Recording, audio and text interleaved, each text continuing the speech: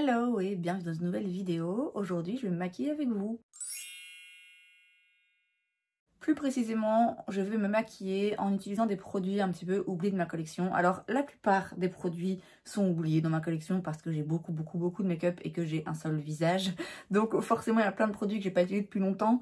Il faudrait faire des dizaines de vidéos pour pouvoir rendre justice à chaque produit qui se trouve dans ma collection. Mais aujourd'hui, ce qu'on va faire, c'est qu'on va parcourir chaque catégorie de make-up ensemble et que dans chaque catégorie, je vais donc choisir un produit que j'ai pas utilisé depuis plus ou moins longtemps. Ce genre de vidéo dans le YouTube beauté est appelé Shop My Stash, ou donc simplement je vais dans ma collection, pas dans de nouveaux produits, pas dans des produits que je suis en train de tester, dans ma collection, je piochais en fait des produits que j'ai pas utilisés depuis longtemps. Donc si c'est un concept qui vous plaît, je pense avoir déjà fait une fois ou deux, eh ben, j'essaierai de le faire un petit peu plus régulièrement. On va donc maintenant aller choisir les produits et ensuite on les applique. Alors, on va y aller dans l'ordre d'application. On va commencer par le primer. J'ai envie d'utiliser celui de chez MAC, le Strobe Cream hydratant lumineux.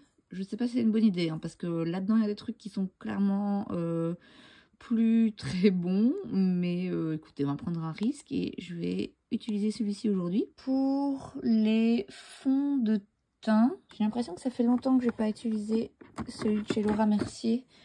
J'en avais fait une vidéo il y a quelques mois, j'avais expliqué que j'étais pas particulièrement fan, en tout cas pas autant que ce que les critiques en disaient. Est-ce que je réutiliserai celui-là? Il y a aussi celui de chez Catrice là que j'ai pas utilisé depuis longtemps.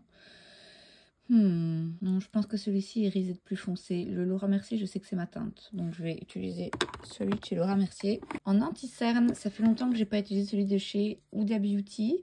Et je vais bientôt faire une vidéo où je vais tester le nouveau fond de teint.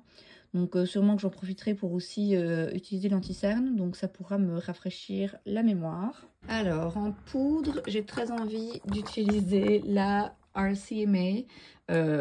Puisque j'ai vu une vidéo là de Kathleen Light dans laquelle elle faisait ce genre de vidéo où elle reprend un petit peu des produits dans sa collection qu'elle a un peu oublié. Et elle utilise cette poudre et je me suis dit, ah ouais, je l'adorais. Et enfin, je l'adorais. C'est un grand classique, ça fait très longtemps que je ne l'ai pas utilisé. Donc, je vais la retester. En bronzer, pourquoi pas celui de chez Marc Jacobs. Ça fait aussi très longtemps que je ne l'ai pas utilisé. Pareil, hein, il y a plein de trucs là-dedans qui techniquement sont plus bons, mais écoutez. Hein. Ensuite, en blush, les petits là de chez Essence. J'ai l'impression que ça fait longtemps que je ne les ai pas utilisés. J'ai deux teintes. Je pense que je vais utiliser la plus foncée. Ça fait bien, bien automne. Et enfin, un highlighter. C'est de nouveau le bordel dans ces tiroirs. Ah ben ma palette Ofra. Très longtemps que je ne l'ai pas utilisée. En plus, comme ça, je pourrais choisir en fonction du reste de mon make-up une teinte qui correspond. Pour les sourcils maintenant, qu'est-ce qu'on va utiliser ici? Celui de chez Sephora. J'ai l'impression que ça fait une éternité que je ne l'ai pas utilisé. Et en gel, celui de chez Nude Sticks. Je me rappelle plus trop. Enfin, je sais que je l'aimais bien à une époque. J'ai l'impression que ça fait un moment. Donc, je vais utiliser celui-là. Pour les yeux, je vais pas aller vers une palette, vous vous en doutez, parce que les palettes en ce moment, ça me donne pas trop envie. Je vais utiliser ce fard à paupières liquide de chez Moira. Regardez comme c'est pailleté, parce que je l'adorais à une époque et ça fait longtemps que je l'ai pas utilisé. Donc voilà, je vais utiliser celui-ci. Bon, les liners, crayons et tout, pareil. J'ai franchement pas la foi de me lancer dans ce genre de make-up. Par contre, en mascara, celui de chez Etude, le Curl Fix, ça fait longtemps que je l'ai pas utilisé. Donc allez, va pour celui-là. Et pour les lèvres, le gloss de chez Fenty, le Heat, dans la teinte Hot Chocolate. Je l'avais acheté l'année dernière en octobre. J'ai l'impression que depuis, je ne l'ai plus tellement utilisé. Alors, il y a plein d'autres produits pour les lèvres hein, que je n'ai pas utilisé depuis une éternité. Mais écoutez, il faut bien faire des choix. Donc, mon choix va se porter sur celui-ci. Et du coup, en crayon... Ah, ben, il y a celui-ci de chez Shiglam. Pareil, ça fait un moment que je ne l'ai pas utilisé. Il me semble que c'est un brun. Ouais, c'est ça, c'est un brun. Donc, je pense que ça ira bien avec. On commence donc avec la Strobe Cream de chez MAC. Moi, j'ai la teinte Peach Light.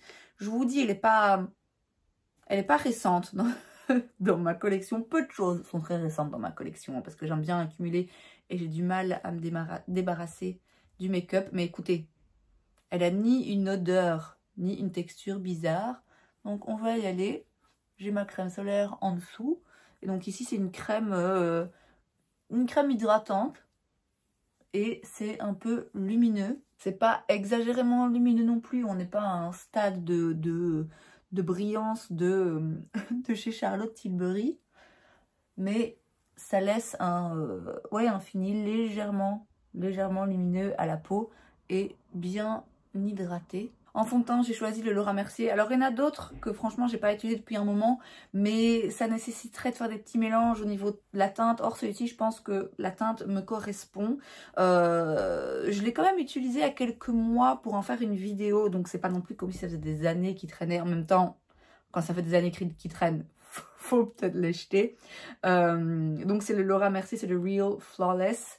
Je l'avais pas forcément apprécié autant que beaucoup de gens dont vous voyez les revues en ligne. Je serais curieuse de voir, tiens, maintenant ce que j'en pense. Je vais l'appliquer avec un pinceau pour la simple et bonne raison que j'ai oublié d'aller humidifier une éponge et que j'ai un peu la flemme. Donc écoutez, on va faire ça au pinceau. Je le secoue. J'en mets quelques pompes sur ma plaquette. Et je prends le pinceau et je prends vraiment bien le temps de travailler le produit dans le pinceau pour pas faire trop de traces. Et c'est parti.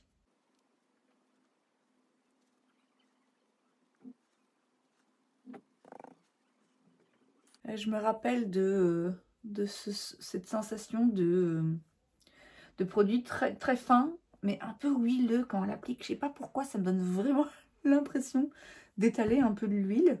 Et pour autant, si mes souvenirs sont bons, il n'avait pas forcément un fini hydratant. Hein. Ouais, je confirme, je suis pas fan du fond de teint. J'ai l'impression qu'il accroche, qu'il fait des taches, qu'il est pas... Après... Pour être honnête, il serait aussi temps que je fasse un petit gommage de ma peau. Mais même en dehors de ça, j'ai l'impression qu'il s'accroche un peu aux textures. Ouais, je sais pas. Je suis pas convaincue, là, comme ça, en l'appliquant. Après, parfois, les fonds de teint, quand on les applique, c'est pas top. Et puis, une fois qu'on a mis la poudre, qu'on a mis du spray, qu'on a laissé le tout un petit peu mariner avec la peau, finalement, c'est très joli. Hein, mais là, comme ça... Ouais, je me rappelle que pas très joli sur moi, j'ai l'impression. Pour l'anti-cerne, j'ai donc choisi le Faux Filter Concealer de chez Huda Beauty. J'ai la teinte Cotton Candy. Il me semble que la teinte me convenait, j'ai même pas pensé à vérifier. Oui, on dirait bien que oui. Alors, c'est un quand même plus récent dans ma collection, hein, mais mine de rien, il a quand même 1 an et demi. Je crois que c'est 12 mois. Ouais, c'est 12 mois. À ce stade, la plupart de mes produits, si je devais être hyper vigilante, la plupart de mes produits sont expirés. Hein. Mais écoutez, je pars du principe que tant que ma peau ne réagit pas, et tant qu'ils ne sentent pas mauvais et qu'ils fonctionnent toujours, pour moi c'est toujours bon. Alors il est joli, je me souviens que c'est un anti-cerne que j'aimais bien parce qu'il était quand même couvrant et pour autant il n'avait pas une texture épaisse, il était assez joli dessous les yeux. C'est sans doute pas le plus lissant et le plus vraiment, vous voyez, haute couvrance, waouh, on a plus rien. Mais il reste joli. Et en soi, ça a quand même couvert ce que je voulais. Après aussi, j'ai pris l'habitude maintenant de mettre un correcteur avant l'anti-cerne qui aide déjà à venir corriger justement la couleur des cernes. Or là, j'ai été directe avec l'anti-cerne. Mais écoutez, je le trouve très beau. Il marque rien du tout en fait. Il est assez, pas indétectable, mais oui, quasiment. Alors, pour la poudre, donc, la RCMA, un grand classique de la grande époque de YouTube que j'ai acheté juste parce que c'était ouf. Juste parce que c'était un classique, il y en a plein dans le couvercle. Je l'ai utilisé, hein. Maintenant, je me rappelle pas trop vraiment ce que j'en pensais. Donc, j'en prends sur un puff. Je viens tremper dans le capuchon et je viens bien tapoter l'excédent parce que le but n'est pas d'avoir trop de poudre. Alors malgré le fait qu'elle soit blanche, dans mes souvenirs elle est translucide. Hein. C'est pas une poudre qui a un effet flashback, mais peut-être que je me trompe. Alors effectivement, elle a bien illuminé, mais j'ai pas l'impression que que ça laisse beaucoup de pigments blancs. Je sais plus pourquoi à l'époque elle était aussi aussi aimé de tous. Après, c'est vrai que c'est... Enfin, c'est une jolie poudre. En fait, elle a l'air de nouveau assez, assez indétectable et neutre. C'est pas une poudre hyper floutante. C'est pas une poudre qui laisse transparaître la luminosité de la peau. C'est vraiment juste une poudre qui vient fixer le make-up, mais sans...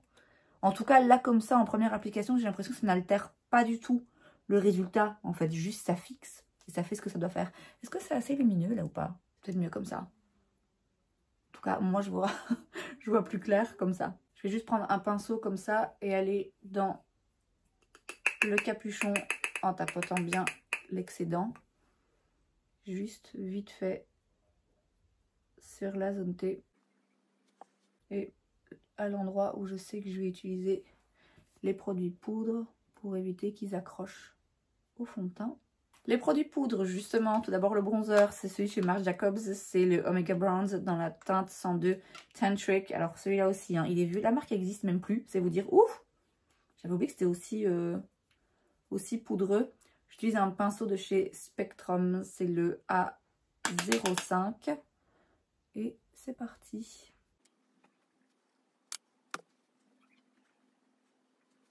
Un petit peu plus chaud, orangé que ce dont je me rappelle et aussi de ce que ça donne l'impression dans le pan. J'ai un peu l'impression que ça fait des taches, mais peut-être dû au fond de teint et au fait que j'ai pas vraiment poudré partout. C'est peut-être dû aussi au fait que le truc a 5 ans, je crois. Donc clairement, s'il performe plus, bah ouais, oui, ça me paraît logique. Bon, écoutez, ça a fait le job de réchauffer mon teint. Est-ce que ça l'a fait de façon hyper harmonieuse et sans la moindre trace? Peut-être pas. C'est toujours plus joli de ce côté que de ce côté-là. Je sais pas pourquoi de ce côté-là, il y a un truc dans ma joue qui coopère moins. Ouais, c'est pas ma formulation préférée, c'est pas ma couleur préférée.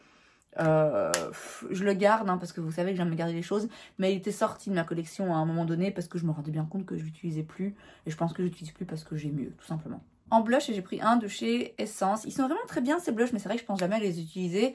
Et comme j'ai aussi beaucoup de blushs qui sont très bien et qui coûtent très cher, j'ai plutôt tendance à aller vers ceux-là parce que dans ma tête, je me dis il faut que je rentabilise, vous voyez. Et donc c'est vrai que ceux-là, comme ils coûtent 3 €, je me dis bon, c'est pas grave si je les utilise moins. Je veux dire clairement, ça a été vite rentabilisé. Et au pire, si à un moment donné ils sont plus bons et que j'ai envie de le racheter, bah ouais, ça va pas me ruiner. Alors que les blushs qui coûtent 50 balles, j'aime autant les utiliser avant qu'ils soient plus bons. Et donc là, c'est la teinte numéro 20, Bespoke. Je vais reprendre le pinceau que j'ai utilisé pour la poudre, qui est un peu fluffy. Je me rappelle plus de la pigmentation. Je pense qu'ils sont pas mal pigmentés, mais qui sont pas non plus exagérés, donc qui se travaillent facilement. Par contre, j'ai l'impression qu'ils veulent pas des masses accrochées là où j'ai mis un peu plus de poudre. Ah, ça va déjà mieux comme ça. J'avais l'impression qu'on voyait vraiment la démarcation entre la poudre et là il n'y en avait pas. Donc c'est peut-être à noter pour la prochaine fois que si on veut le moins de démarcation possible, c'est peut-être mieux de mettre de la poudre à la fin, en fait, par-dessus tout. Je me demande ce qu'elle pourrait donner aussi par-dessus des produits crème, parce qu'à l'époque où cette poudre était utilisée et adorée tous, il y avait très peu de produits crème. Donc je me demande ce que ça donnerait aujourd'hui. Et vous savez quoi, je vais aussi utiliser l'autre teinte du même blush. Là c'est la teinte Bedazzling, qui est un nude beaucoup plus soft. Pour venir fondre un petit peu le tout. Et maintenant pour l'highlighter, j'ai donc la Glow Up Palette de chez Ofra, dans laquelle j'ai pas mal de choix, puisque j'ai 3 highlighters mono. C'est les teintes Star Island, Blissful et Rodeo Drive. Et puis j'ai la teinte Beverly Hills ici, qui est une petite roulotte avec plein de couleurs. Donc je vais utiliser cette teinte, c'est donc Star Island. Et on y va juste là. Un petit peu sur le nez. Je vais aussi utiliser la teinte Rodeo Drive, en fait, qui est un petit peu plus foncé pour les mélanger. Je reprends mon pinceau pour fusionner un petit peu le tout. Et en spray, je vais utiliser celui de Pixi. J'ai pas pensé à en sélectionner un avant parce que je voulais d'abord voir ce que ça donnait, si j'avais besoin d'utiliser le MAC pour raviver ou si j'avais envie d'un truc longue tenue. Mais non, je pense que je vais utiliser celui de chez Pixi. Alors, pendant que ça sèche, on va s'occuper des sourcils. Donc d'abord, je vais les coiffer un petit peu. Et ensuite, je prends donc celui de chez Sephora. Je sais même pas s'il existe encore. C'est le crayon sourcil rétractable et j'ai la teinte 08 Chocolate Brown. Il me semble qu'il est un peu trop foncé pour moi, donc on va essayer de faire ça délicatement.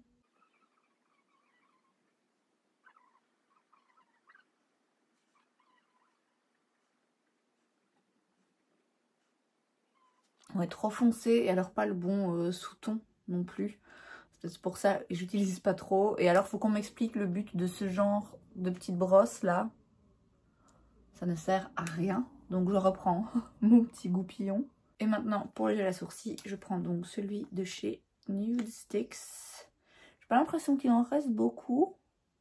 Je l'ai beaucoup utilisé à une époque, j'aimais beaucoup. Maintenant, il me semble que depuis que j'ai trouvé un petit peu plus intense en termes de fixation. Par contre, celui-ci, il est vraiment invisible, quoi. Il est pas... il y a zéro résidu. Ça laisse un fini assez naturel. Pour les yeux, j'ai donc un Diamond Days Liquid Shadow de chez Moira. J'ai atteint 0,5 Eye Contact. J'en ai acheté d'autres depuis. Et il y a de très jolies teintes, c'est vrai. Mais il n'y a jamais eu aucune qui est arrivée à la cheville de cette teinte. Parce que vous le voyez, c'est très pailleté. Moi, c'est tout ce que j'aime. Les autres teintes, alors il y en a où il y a un petit peu de reflet... un petit peu multichrome, il y en a où c'est un peu pailleté, un petit peu lumineux. C'est très joli aussi, hein, et ma foi, on n'est pas obligé d'avoir envie de mettre des paillettes comme ça à chaque fois. Mais c'est vrai que j'avais été déçue des autres teintes, parce que moi, j'avais acheté celle-là en premier. J'en étais tombée amoureuse, je m'étais dit, waouh, c'était hyper intense et tout. Et j'en avais acheté d'autres qui l'étaient moins. Toutes les teintes dans ce produit ne se valent pas. Après, encore une fois, tout dépend de ce qu'on aime. Hein. Quelqu'un qui supporte pas les paillettes va pas aimer cette teinte et va en préférer d'autres que moi. J'aime peut-être un peu moins parce qu'elles sont un petit peu plus passe-partout. Après, ça reste très joli et ça reste très pratique d'avoir un petit fard à paupières liquide qu'on peut mettre vite fait comme ça sur la paupière. Ça illumine le regard et c'est en soi toujours efficace. Comme toujours avant le mascara, on recourbe les cils. Alors pareil, ça fait assez longtemps qu'il est ouvert. Les mascaras, techniquement, c'est 3 mois. Donc j'espère qu'il ne sera pas trop sec, mais on dirait que non.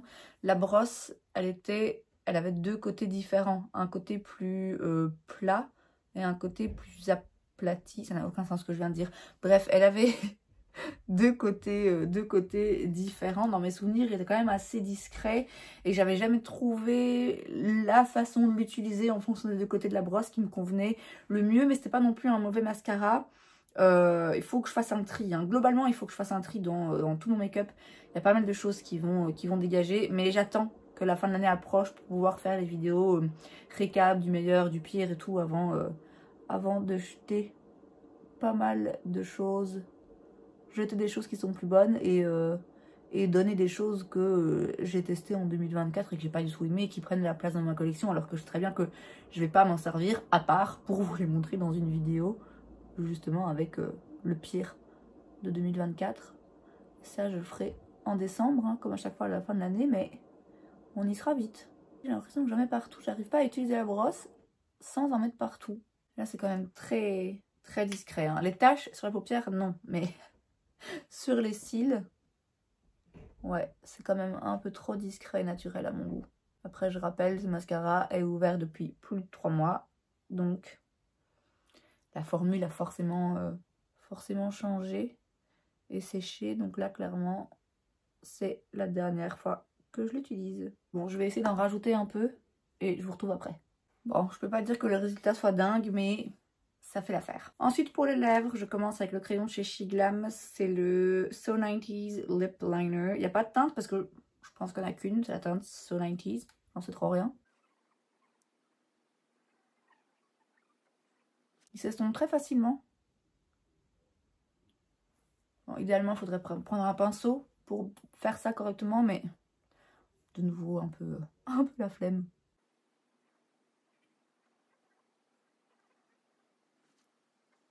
Et par-dessus, je mets le gloss, c'est donc le Gloss Bomb Heat de chez Fenty dans la teinte Hot Chocolate. Alors c'est un gloss repulpant, donc il picote. Ouh, je sens qu'il commence à picoter. Ça va, c'est pas le plus intense, mais c'est pas le plus doux non plus. C'est pas un repulpant qui a un effet mentholé, c'est un repulpant qui va piquer, irriter un petit peu, mais on n'est pas au niveau du Too Faced où vraiment il arrache, ça reste quand même assez soft. Et voilà donc le résultat du make-up avec des produits qui sont dormants dans ma collection depuis des mois. Il y a moyen d'en faire encore des dizaines hein, de ce genre de vidéos, puisque je vous dis, il y a plein de make-up que j'ai pas forcément l'occasion d'utiliser très souvent. Donc si ça vous a plu, dites-le moi et j'en referai une assez régulièrement. Et c'est donc tout pour cette vidéo, j'espère que ça vous a plu. Si c'est le cas, n'hésitez pas à laisser un like. Vous pouvez aussi vous abonner à ma chaîne parce que c'est gratuit, donc pourquoi pas. Et moi, je vous vois la prochaine fois. Bye!